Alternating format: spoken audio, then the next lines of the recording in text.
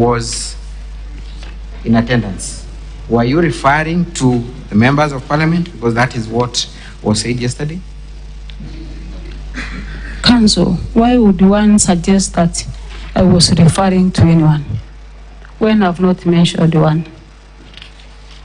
Who were you talking about when you said kuna makatel zaidi ya 10? There's a certain story in Kimeru, maybe to take 1 minute to explain. One person thieves broke to his home, stole his own goat, and then there was a chief's meeting with everyone in that village. And that old man akaenda amebeba mkuki. Akasema ya kwamba katikati yenu ninaona kuna mtu ambaye ameiba ile mbuzi yangu. Just in 1 meter I will kill that person. Hakujua ni nani. Mtu mmoja akachomoka tu mara moja akaenda. That's when now the man realized who the person was. In my case, when I talked about Makatel, I did not mention anyone.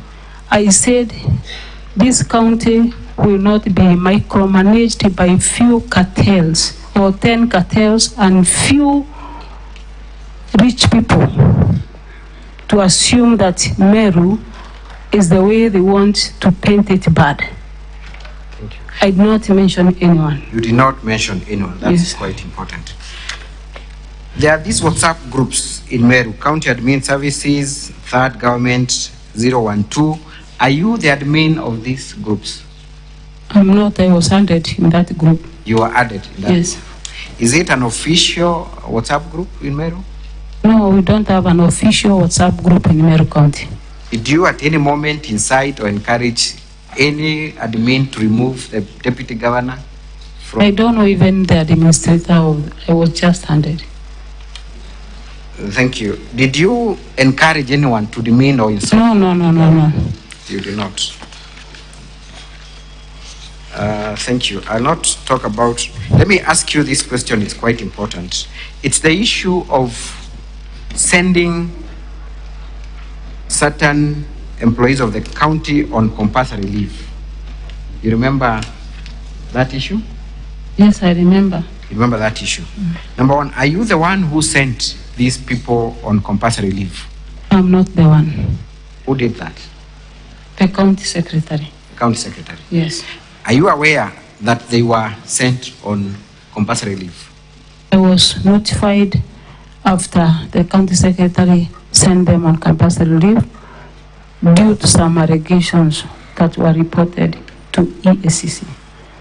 So you are not part of the decision to send these people on compulsory leave? No. But you made a comment on Facebook Yes. about that issue. Yes. You confirm that you have appointed certain people to take charge of the revenue board.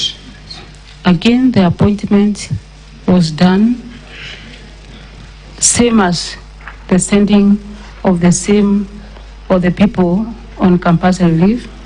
Mine was to show or for people to know that these people are no longer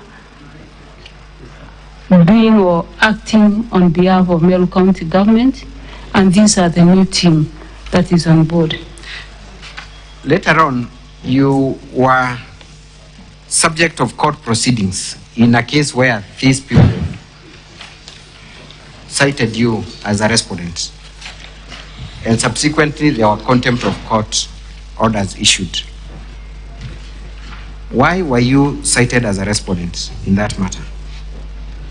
By virtue of my office, not even that single matter, but almost in all matters, I'm among the third or the fourth or the seventh respondent by virtue of my office. So does it point out to any personal responsibility, or it is normal and ordinary for parties to file cases against the office of the governor? It is normal, especially when it touches the county government of Meru. Indeed, Madam Governor, when you came to office, you continued defending cases that were filed against the office of the governor for actions that took place even before you got to office? When I got to office, I met 800 and something cases in court. Those cases were citing the governor as a respondent? Yes.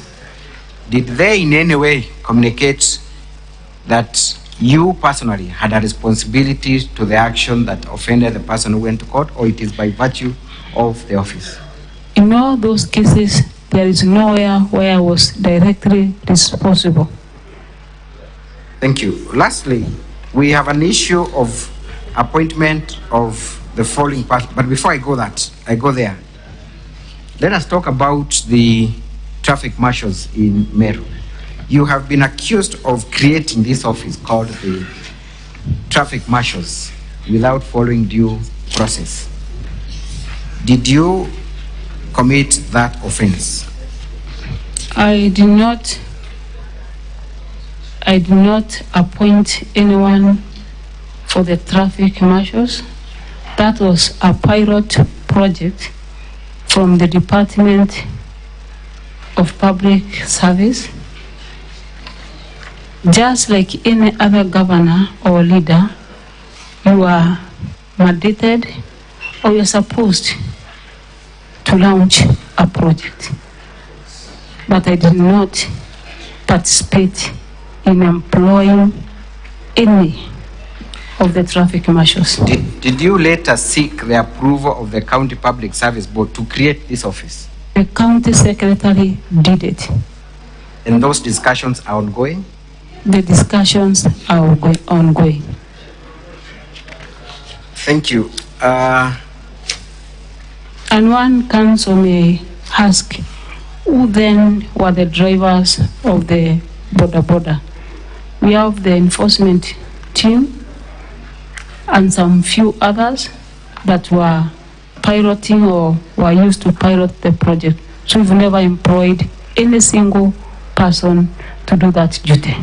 Thank you. You have been told that you bear the ultimate responsibility even for actions of your CECs, county chief officers, directors, drivers, your chief of staff. What is your understanding of your role as a governor of Meru County?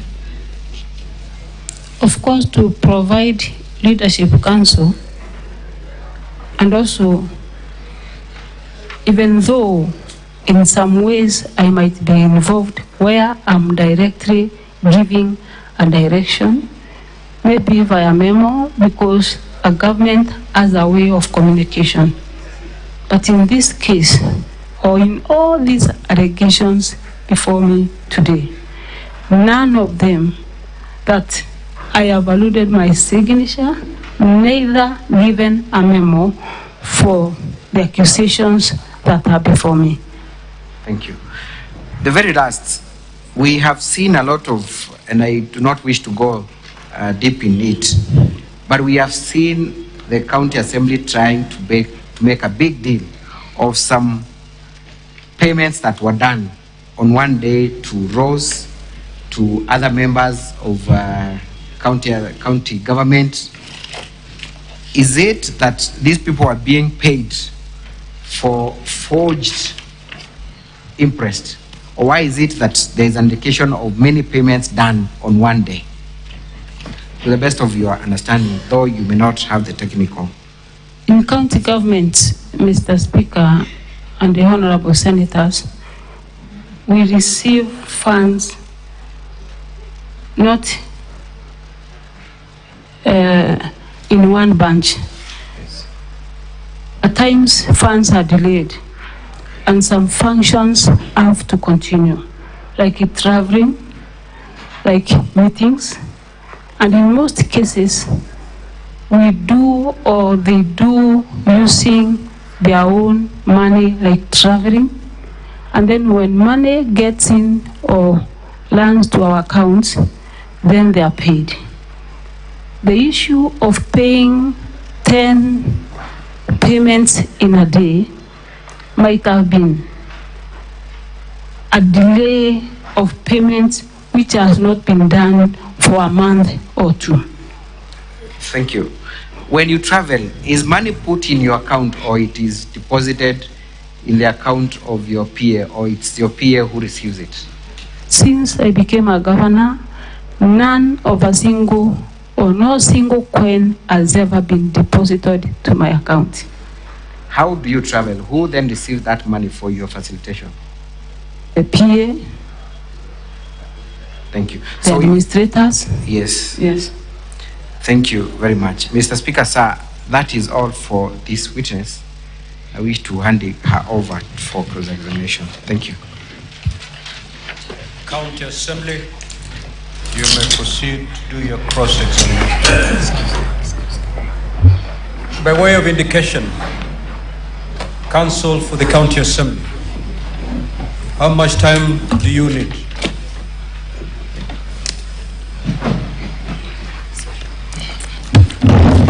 Mr. Speaker, if it finds favor with you, we request 2.5 hours. You request? 2.5 hours. We only make this request, Mr. Speaker, based on the scope of the issues covered by the witness. They are not issues we can address in a short time. Our main witness, I think, was cross-examined for a similar amount of time. It's only fair for purposes of equality of arms. Let's try 1.5, and then we'll gauge it from there.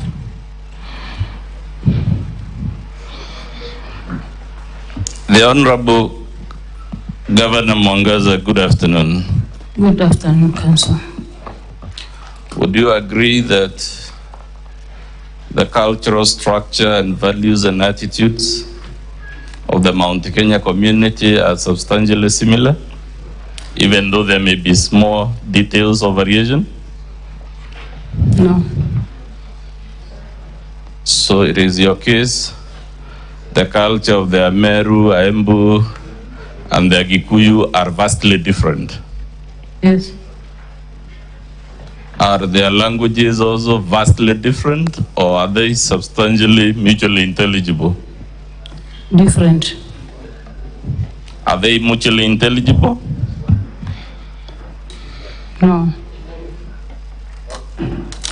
I put it to you, Kawira, that anyone who lives in this country actually knows there isn't much difference in the cultures, values, and attitudes of those three communities.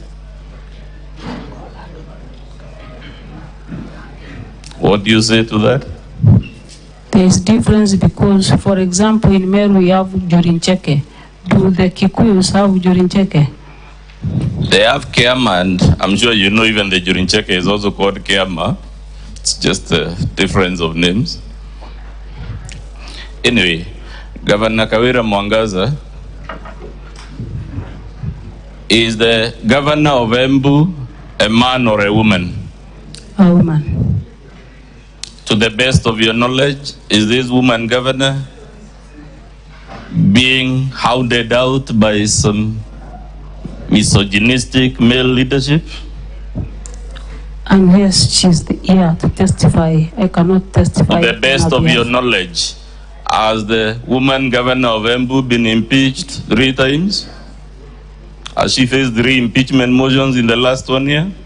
I know of one Anu Waiguru who was impeached twice. Let's stick to Embu for now.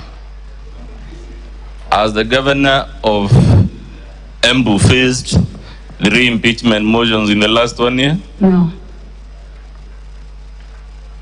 Nakuru equally as a woman governor, right? Yes. It has a huge population of Mount Kenya diaspora. True or untrue?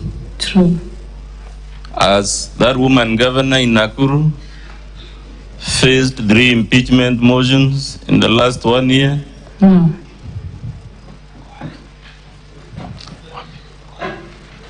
Kwale as a woman governor, true or false? True. The people of Kwale are Bantus, just like the people of Mount Kenya, correct or incorrect? Correct. Has that woman governor faced 3 impeachment motions in the last 1 year? No. Homa Bay, which is a different cultural area, as a woman governor, correct or incorrect? Correct. Has she faced any impeachment motion in the last 1 year? No. As a matter of fact, Meru itself, as an elected woman MCA, correct or incorrect? Correct. To the best of your knowledge, has that woman MCA in Meru encountered any backlash from a toxic masculinity to hound her out of office? Several times. Have you adduced that evidence anywhere in your response? No, because it was not part and parcel of my response. Meru as a woman representative, correct or incorrect? Correct. In fact, you yourself were a woman representative of Meru for a whole 5 years. Yes. Did anyone try to recall you because you are a woman? No. Good.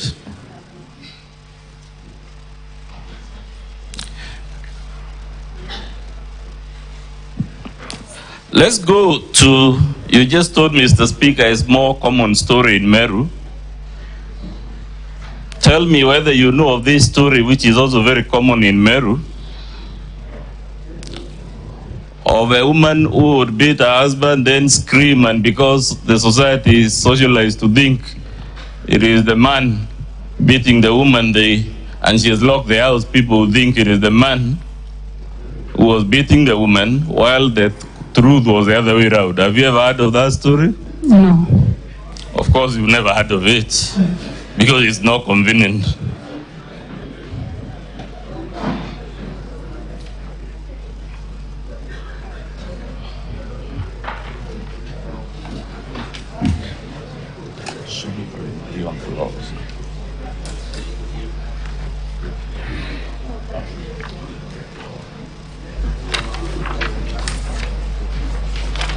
Let's agree, Governor Kawira,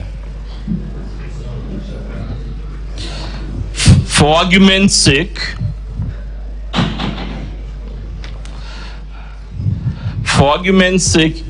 without conceding, let's agree the MCAs are indeed acting under the influence of external people. Would that mean your sisters never received the monies we allege? Pardon? If we temporarily agree for argument's sake that the reason the MCAs have impeached you all these times is because of toxic masculinity and evil motives and malice and whatnot, we want, for argument's sake, in my next series of questions, to work on the assumption that that is true. If the MCAs are malicious, would that be an answer to why your sisters were receiving monies irregularly from the county? No.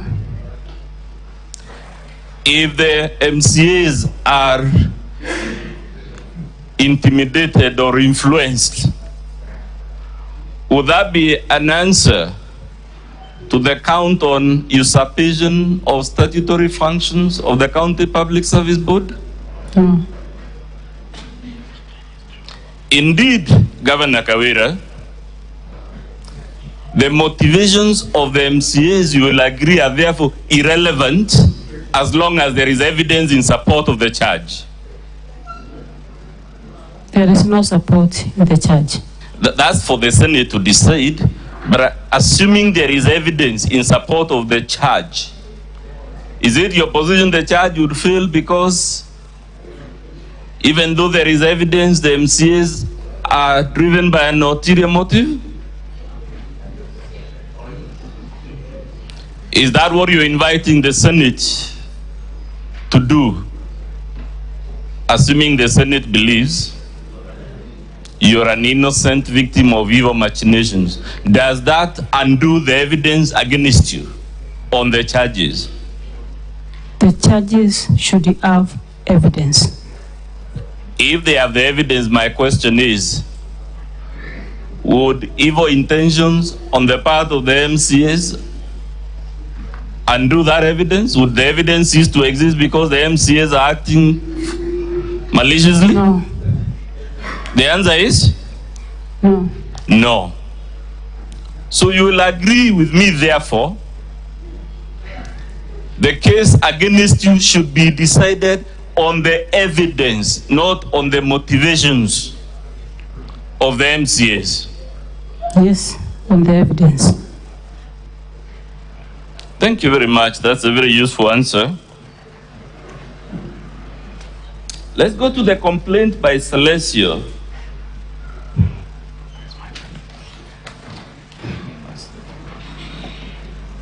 Mr. Speaker, that would be from page 1 of volume 2.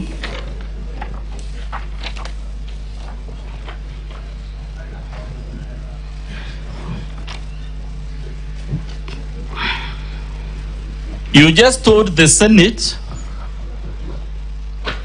that the reason you did not account for the entire 78 million is because the motion only related to your sisters. Is that still your position? Yes. Did you read volume 2 as you read the impeachment motion? Where is the volume? Did you read the bundle that contains the Assembly's evidence?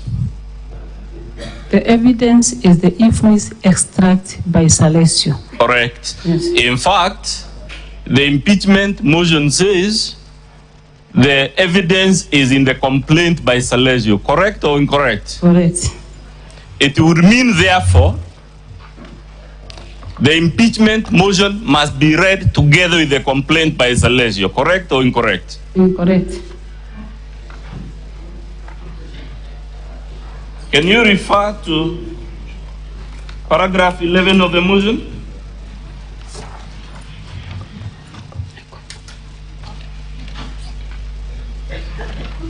(11A), can you read it to the Senate?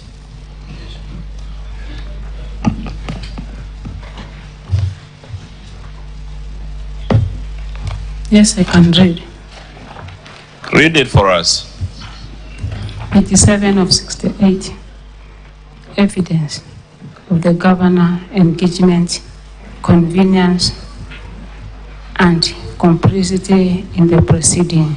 2, gross violation of the Constitution.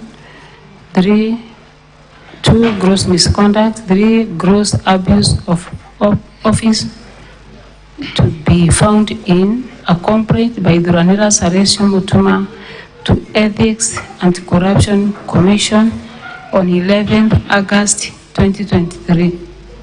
So you agree you are given sufficient notice that the Assembly will be relying on the complaint by Celesio in the motion itself. Correct or incorrect? Incorrect. Fair enough. Incorrect. We said it's okay, we can live with your answer. But let's go to the complaint by Celesio. Can you go to page 4, volume 2?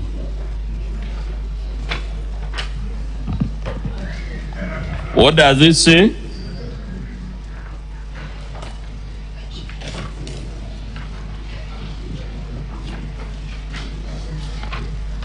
At 2.5?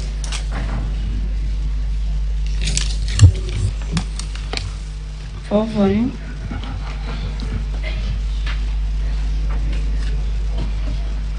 It refers to Kadure Rukaria Catherine, isn't it? Yes. It is therefore correct that you had prior notice. There is a complaint by Celesio regarding payments to this particular person. Kadure Rukaria. Did you or did you not receive this page 4 of volume 2, Governor Kawira? Either you did or you did not receive it. I want to see the charge first because the charge talks about embezzlement of funds by relatives. Yes, we moved from the charge to the evidence where you already referred to the complaint by Celesio. The complaint has to be read in its entirety. The author of the infamous report, Celesio, In the IFMIS report, we have more than 100 persons who have received the funds. And all these 100 persons are persons working in your office, correct or incorrect? And these 100 persons are not mentioned in the impeachment. Fair enough, Governor. Do these 100 persons work in your office? Either they do or they don't. I'm not aware of everyone who works in my office. Good. But does page 17 indicate these are transactions by persons who work in your office? At the top of page 17, does it show that these are transactions by persons who work in your office? Currently, county government of Meru, we have 6,000 employees, and I cannot know every person by name. Governor, unfortunately, you don't have the luxury of ducking my questions. My question is, does this IFMIS indicate in black and white that these are transactions by persons working in your office? I don't. Either it does or it doesn't. I don't think so. Can you read the top, the very first item on that page 17? Yes. Read it to the Senate. Vote.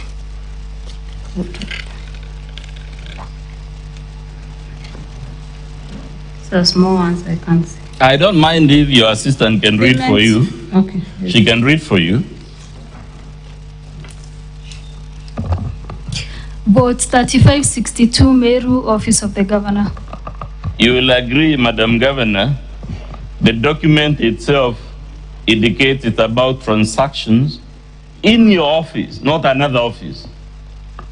In my office, Good. From July 2022, when I Yes. was not the governor of Meru. Yes, and while you were seated here, we pointed out only 12 transactions lie in the previous regime. All the others have happened when you were the governor, correct or incorrect?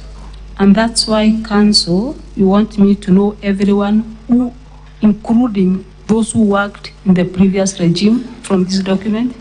You won't get away from this, Madam Governor, by being clever. Can you see page 17? You confirm the transactions begin on 1st July, Yes. when Kiraitu was the governor, Yes. right? Yes. And it follows like that, 1st July, and when July ends, the next entries are for 20th September 2022. Correct or incorrect? Correct. Correct or incorrect? Correct. Correct. You are the governor as at September 2022. Yes. It must therefore follow that for all these hundreds of transactions, all of them except the first 12 happened during your tenure as governor of Meru. Yes. Good. Let's go back to the complaint by Celestio.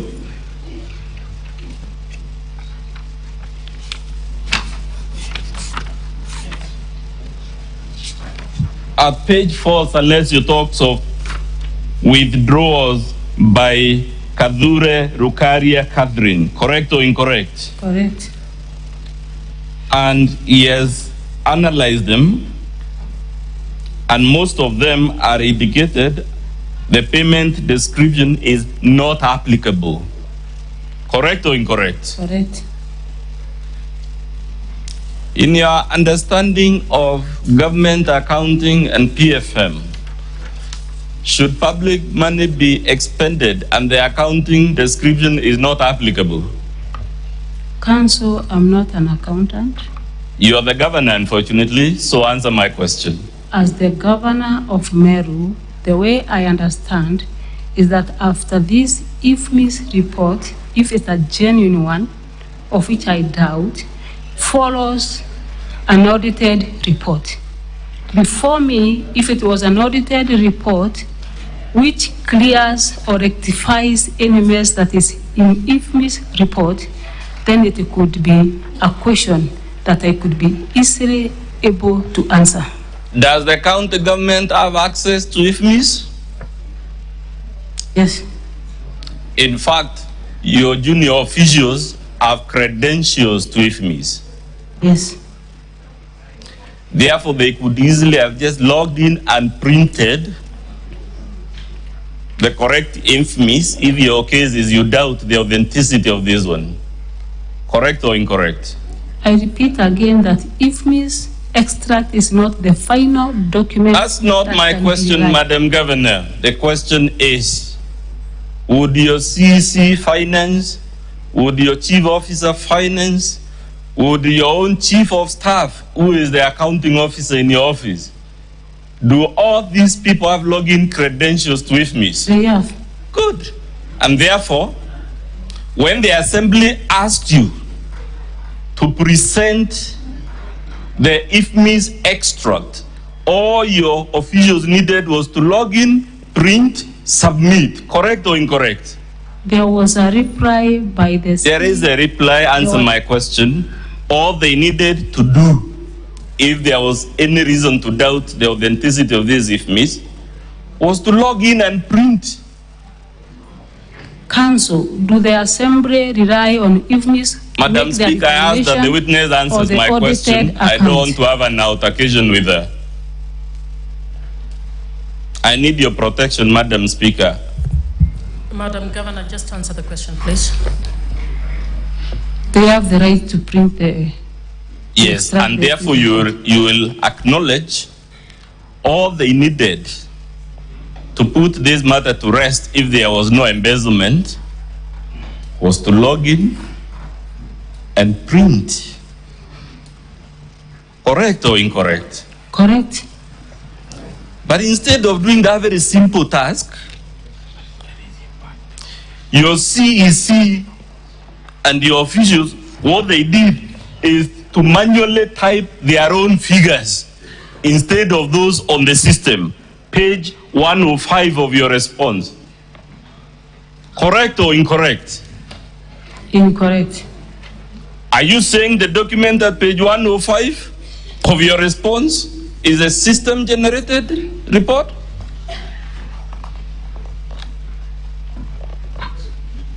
This is generated from my office or from the Salesio? It is from your office. It is in your response, Madam Governor. In my response, we are dealing with the IFMIS report by Salesio, the activist, or a report from my office.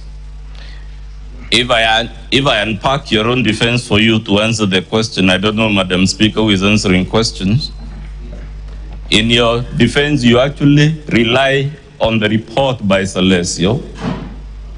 And in addition, you have brought something you have manually typed, which is a parallel document, not the one from IFMIS. Counsel, you are insisting that she has typed and she's saying they did not. Can you re-ask the question so that she can answer that? On its face, the document in your defense, is it generated from IFMIS or is it manually typed? Because that should be clear from the face of the document. This is the summary of IFMIS payment.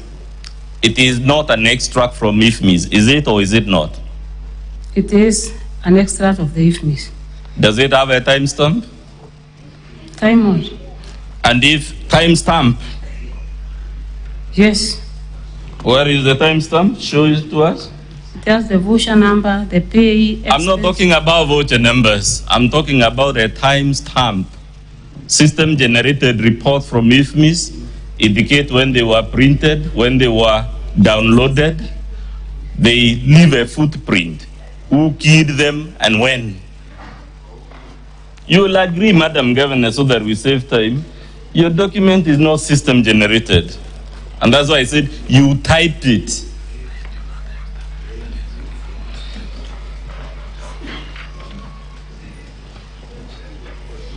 If you refuse to answer the question, I'll proceed and invite the Senate to make whatever conclusions it wants to conclude from that refusal.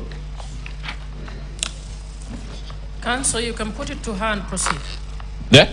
You can put it to her and proceed. Madam Governor, I'm putting it to you that you're refusing to answer this question. I'm not refusing to answer any question. I put it to you, you're dodging my questions. Which one particularly? Whether the report at page 105 of your defense is a system-generated document or a document typed on a desk by someone. It's a system of a summary of IFMI's payment. We'll leave it to the Senate to see who to believe on that so that we don't spend all the time on one issue. At page 10 of our volume 2, how much money does Celestio say Catherine Rukaria irregularly withdrew from the vote for the office of the governor? 29, there is a total there. It is how much? Can you read it for the Senate? Grand total payment made by Catherine Rukaria, 29,018,714. How much does he give as the total that was withdrawn from your office during this period covered by the IFMIS? Grand total paid to the county government of Meru. Yes. That is 188 million. That is the grand total paid to the county government. Read the exact figure. What is the exact figure? 88,609,373. And it says the amount withdrawn by just one Catherine Rukaria is what percentage of the total? It is indicated there in black and white? 15%. 15%. Yes. Let's go to lead and gather, same page 10. Again, Celestio has outlined many payments where the description is not applicable. Correct or incorrect on the face of it? Correct. Let's go to page 12 that involves your sister. Celestio has again listed all the specific payments to your sister. Correct or incorrect? Correct. And again, most of them, the item description is not applicable. And on the IFMIS, the description is prepayment. Correct or incorrect? Correct. And what is the total amount, this sister of yours? 2,769,000. Is this amount smaller or bigger than the total amount for the imprest you have submitted to the Senate?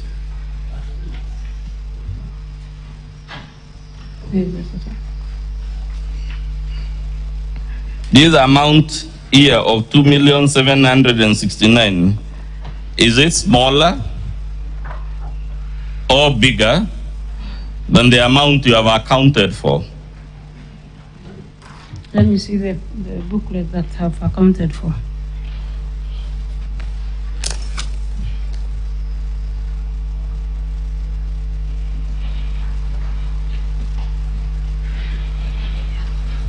You have only accounted for 2.6 million, Madam Governor,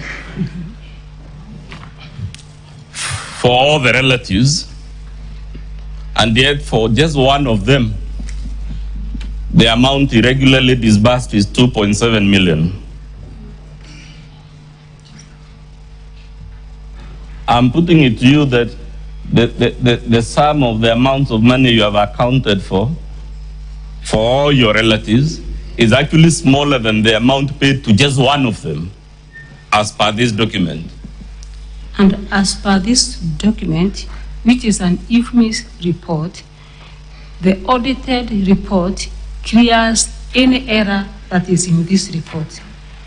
We have cases in this same report that you are referring to, some of the payments named as hospitality payment, which are hospital supplies rather than hospitality payments. Who will rectify the mess, which is still in your evidence booklet named as hospital surprise rather than hospitality surprise. Governor Kawira, who is responsible for inputting transactions on IFMIs at Meru County?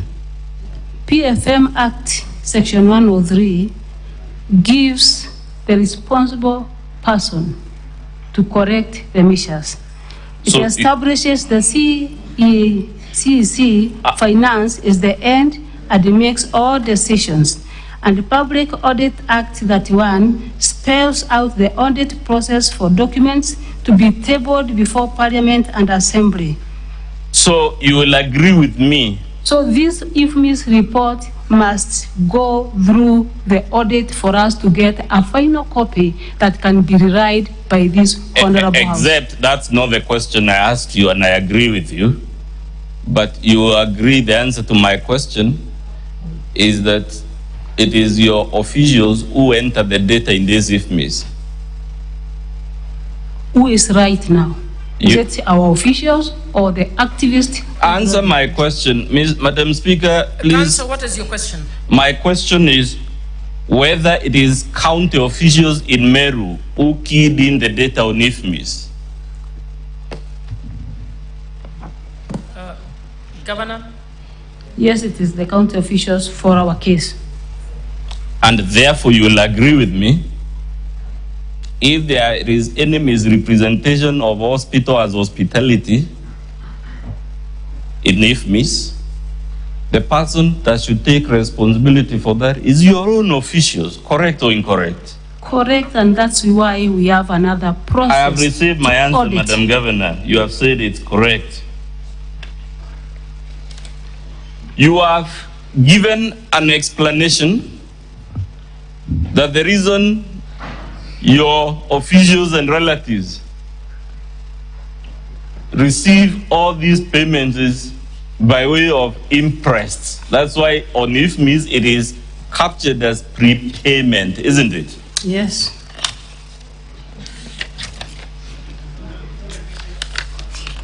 Are you aware an Imprest is to be surrendered within 7 days?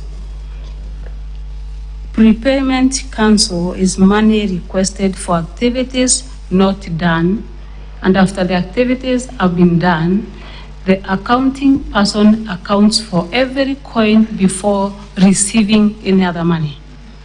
Again, you're dodging my question.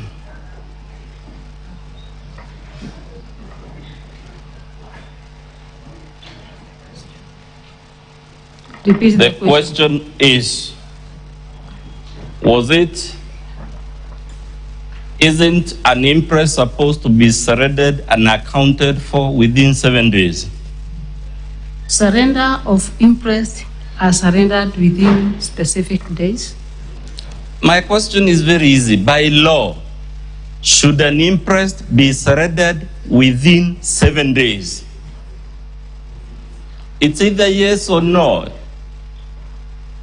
Should an Imprest be surrendered and accounted for within 7 days? What's your answer, Madam Governor? I'm not sure if it's within 7 days. Fair enough. You will also agree with me, this report covers an entire year, financial year, July to the date, the last date there. Correct or incorrect? Correct. And therefore, if payments made in September last year by way of Imprest still appear as prepayment, the only conclusion that arises is that those Imprest were never surrendered and accounted for. It is the only accounting conclusion that ensues, Madam Governor. Correct or incorrect? Incorrect. And the reason is that you cannot receive funds from the Treasury before surrendering everything that you received earlier on. As a matter of fact, Madam Governor, so that I show you you're a liar, can an officer be given an Imprest without accompanying hard cash?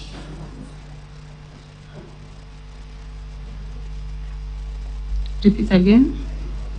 Is an imprest given is an imprest when an officer takes an imprest, aren't they given cash? Isn't that why it is indicated as a prepayment? Because they have been given cash to expend and later account. It depends whether the it is yes or no, Madam Governor. Can one be given an imprest without a cash disbursement to them? Would you call that an imprest? It is a prepayment. Madam Governor, I put it to you, you can't have it both ways. It is your case that the reason these items appear as imprest on IFMIS is because they were by way of imprest. Isn't that your defense, Madam Governor? Can you ask clearer? What is it? What question do you want her to answer? The question, Madam Governor, which I'm putting to you, is that your answer that officers take imprest and then later on, when money is disbursed from Treasury, they are paid. That is why they are paid several. They appears. What is the question? Are you putting it to her or you asking? I'm putting it to her, Madam Speaker, that your answer cannot hold, which you gave in chief, that the reason your relatives have several payments on the same day is because money is paid after the event and after there has been an accumulation. That cannot be correct because an imprest is always supported by hard cash. So it is given on cash basis. So the question of waiting for money does not hold, Madam Governor. These are prepayments and these are money requested for activities not paid before. And when money arrives to the county government, they are paid. For example, if I'm traveling today from here to a certain destination, we will use our own resources and later surrender the documents for the person concerned to receive the payment. Let's use your own example, Madam Governor, pose it there. If you travel today on your own money, which will be refunded later, would you be given an imprest for spending your own money? You will be paid for spending That's your not own my question, Madam Governor. You're going on a trip and we all agree it happens every day. On your own money to be refunded later. Are you given an imprest on that occasion when you're traveling on your own pocket to claim later? You will be given imprest if there are some goods you are required to buy on cash.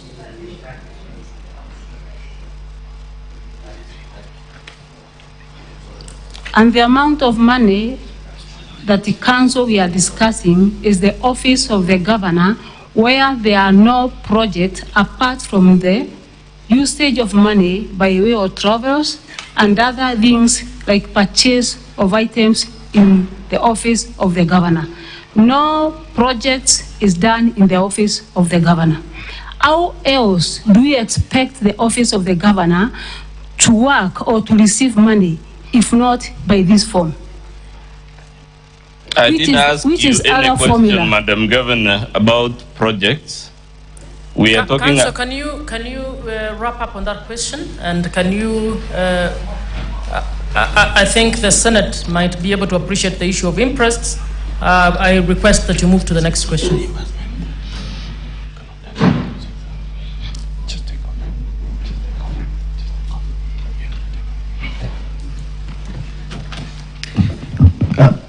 Madam Speaker, my name is Moreru, and I have a few questions for the Governor.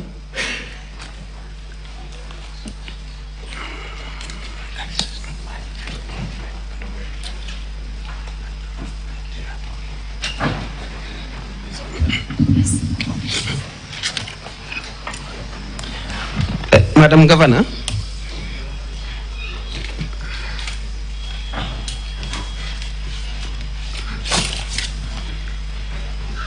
we were told by the by your witness, the CEC for Legal and Public Service Management, that the originals of the surrender documents are with the auditors. Is that your position? Yes. And he told us that the originals that are with the auditors are signed. Is that your position? Yes.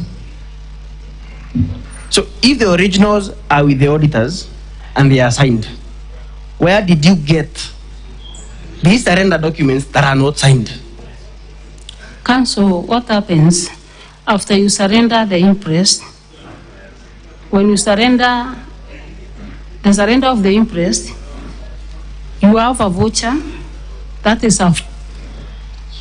in your documents attached to your files, signed, verified, and examined by an examiner. I think those are the documents you have. Are they examined and verified? No, the documents we have are not examined or signed by the Director of Accounts or by the Chief Officer of Finance. And if your testimony or your evidence is that the originals are signed and they are with the auditors, where did you get these copies that are not signed? Can you have two documents, one which is signed, the original, and another document that is not signed with respect to the same transaction? Of course, every person have to keep a record of what maybe you might be asked to give and give it out. So you would agree with me then that the documents you provided here are not a proper record or representation of the documents that are with the auditors? And that's why we No, have... it's a yes, no question. Would you agree with me then that the documents that you've provided here, because they are not signed, and the ones that are with the auditors, the originals, are signed, then these documents, obviously, are not a proper representation or copies of the documents you submitted to the auditors? They are the same documents submitted to the auditors. Madam Speaker, I think at this point I'll invite the Senate to make the necessary conclusion.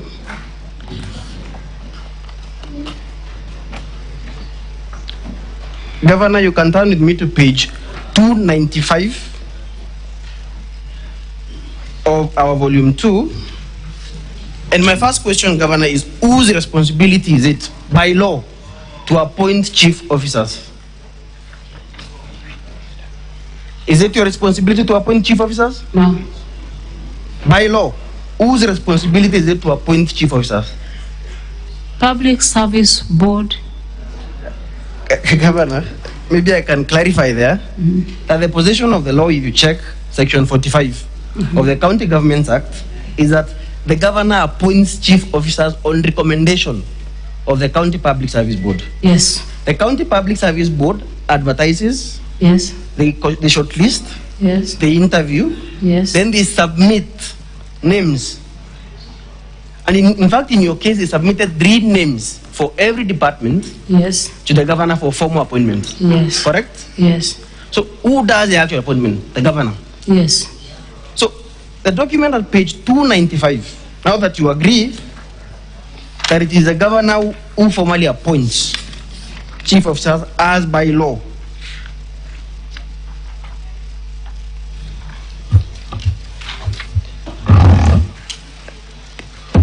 you will agree with me, Governor, that the document at page 295 emanates from your office.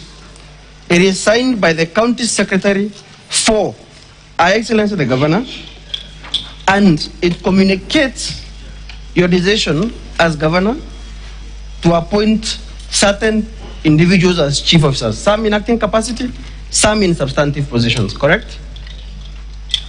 Council, I would like you to... It's a yes, no question, Governor, so that we move. There's no. So you have not appointed these persons? I've not appointed. Okay. I'll refer you then to number 1, Naomi Kamunde, that is appearing. Can you read aloud what the document says at number 1? I want to read from slightly above number 1. Okay, you can start there then. Redeployment. Okay. Redeployment, go ahead. Or maybe your assistant can In read for you. order to improve on efficiency and effectiveness in the service delivery, the following changes have been agreed upon. Okay. Naomi Kamunde to move from office of the Governor, Directorate of Protocol, to perform functions of Chief Officer, Office of the Governor, awaiting substantive Chief Officer. Okay. Yes. So, by this letter, Naomi Kamunde is to move from the office of the governor, correct? Yes. And perform the functions of chief officer, awaiting a substantive chief officer, correct? Yes. And we've agreed that the power to appoint chief officers resides in you as a governor. Is that appointment? No, we have agreed that the power to appoint resides in you as a governor, correct? Yes. Is it your position that in appointing chief officers in acting capacity, the governor need not consult the County Public Service Board? In this case, No, it's a yes/no question, Governor. Is it your position that in appointing chief officers in acting capacity, the governor need not consult the County Public Service Board? Is that your evidence? who has signed this document? It is signed. Answer my question, Madam Speaker. I think at this point I'll seek your protection. May the witness answer the question. Madam Governor, just answer the question, sir. It's a yes? Repeat again. Is it your evidence that in appointing chief officers, in whatever capacity, whether substantive or acting, the governor need not consult the County Public Service Board? Is that your evidence? When appointing a new